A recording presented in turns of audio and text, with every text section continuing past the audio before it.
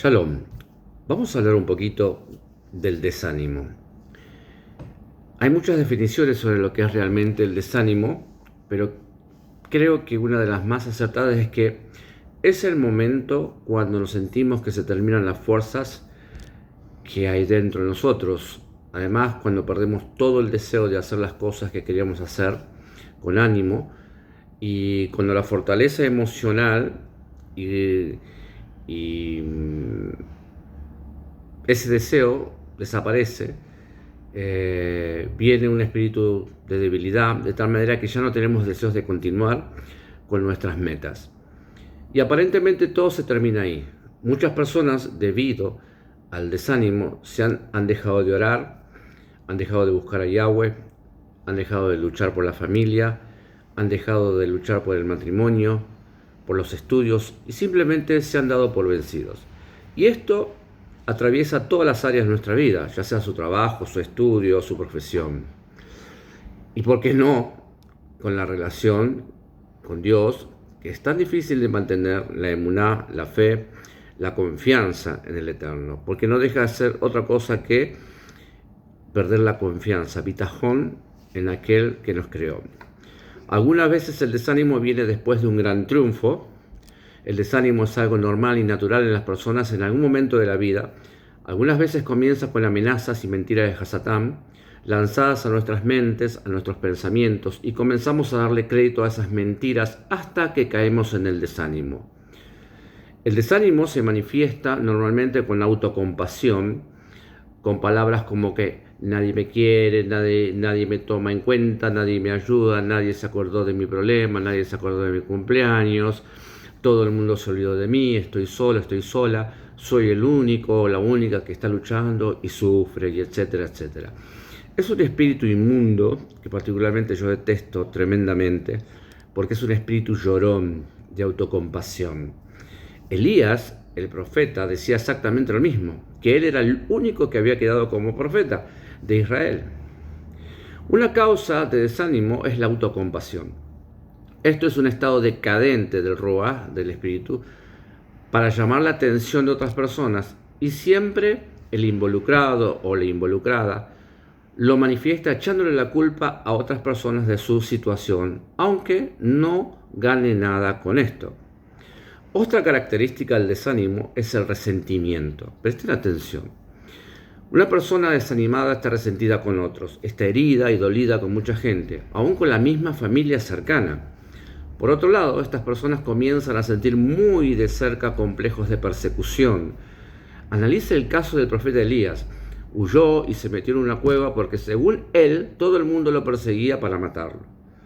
Una última causa del desánimo en las personas es la murmuración. Leamos lo que dice la Torá en el libro de Bamidbar, Números, capítulo 21, versículo 4.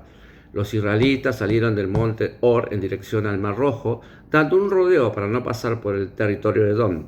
En el camino la gente perdió la paciencia y empezó a hablar con Yahweh y contra Moshe. Empezó a hablar contra Yahweh y contra Moshe. Decían: ¿para qué nos sacaron ustedes de Egipto? ¿Para hacernos morir en el desierto? No tenemos ni agua ni comida, ya estamos cansados de esta comida miserable. Yahweh les envió siempre serpientes venenosas, les envió serpientes venenosas que los mordieron y muchos israelitas murieron. Entonces fueron a donde estaba Moshe y le dijeron: hemos pecado al hablar contra Yahweh y contra ti. Pídele a Yahweh que aleje de nosotros las serpientes. Moshe pidió a Yahweh que perdonara a los israelitas. A veces, estas personas que tienen el desánimo arrojan estos comentarios contra el mismo Yahweh, ¿sí? Su forma de expresarse, su forma de ser, están confrontando a Yahweh. Muy posiblemente cuando estamos desanimados nuestro lenguaje cambia y solo nos sale la crítica, la murmuración y la queja.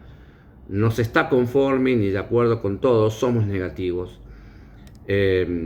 Creo que lo más desastroso del desánimo es el enfriamiento de nuestra fe en Yahweh. Perdemos el norte, perdemos el objetivo. Nos enfriamos en cuanto a la fe, en cuanto a la emuná en Yahweh y sus promesas.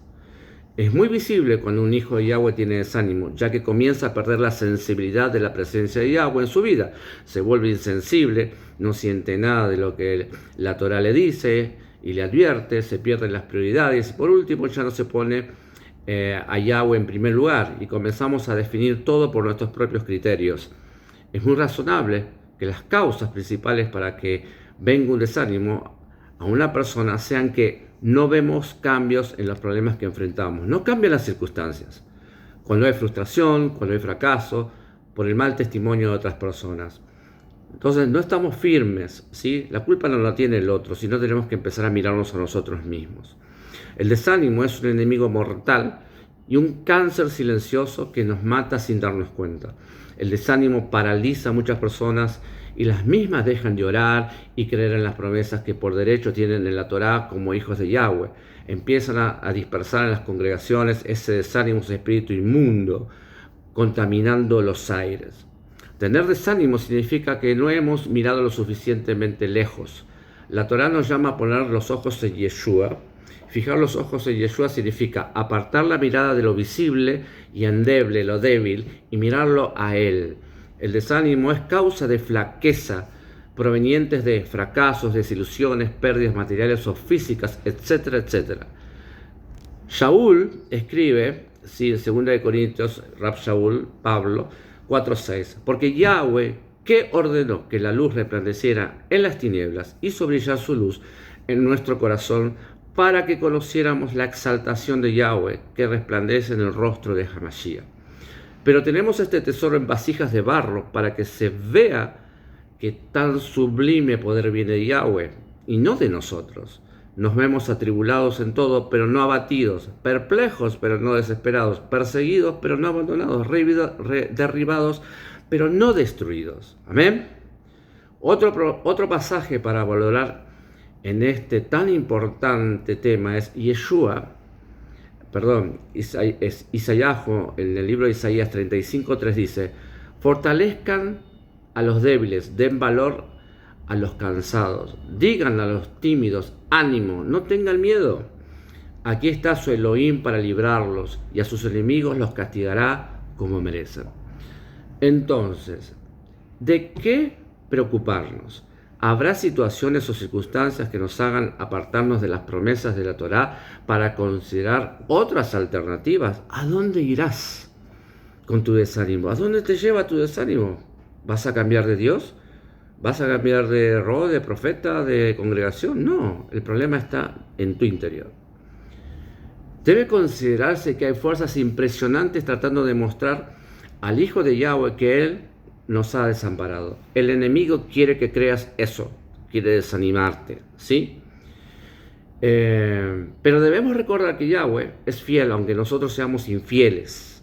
Pero la idea es que busquemos el rostro de Yahweh en los momentos en que aparentemente no hay salida alguna y que nos están llevando al desánimo. Leamos 2 Timoteo 2:13, que dice: si somos infieles, Él sigue siendo fiel, ya que no puede negarse a sí mismo. Amén. Entonces, este último versículo, pero antes es bueno saber que la Torá puede ser interpretada en varios niveles. Hay 4 niveles de interpretación de la Torá: Pesash, el literal, un entendimiento simple; Remez, una forma indirecta, ejemplo, las parábolas; Derash, análogo, uso de ejemplos para reforzar una vivencia del que escribe; y Sot, místico, secreto, ver más allá de lo escrito y entender el mensaje oculto. Una vez explicado esto, para darle el contenido Sot a la situación, bueno, el término hebreo es lo que conocemos como infiel. Este término aparece 11 veces en el Brit Hadashah. Apistía también tiene otro significado, que es incredulidad. Con el significado de infidelidad aparece en Romanos a través de una contraposición realizada por Rab Shaul entre la fidelidad de Yahweh y la incredulidad de los hebreos, Romanos 3:3. Por lo tanto, el mensaje es Sot, ¿sí?, de este último versículo es impresionante, ya que pudiera ser que nosotros hayamos perdido la emuná, la fe, por desánimo, y esto puede ser muy factible, mas debe considerarse que la protección o fidelidad de Yahweh a sus promesas están a nuestro alcance. en cualquier momento, porque Él no va a negarnos sus promesas y a sus berajot, sus bendiciones, porque Yahweh permanece fiel a lo que ha considerado como promesa a sus hijos. Amén. Shalom, Eterno los bendiga.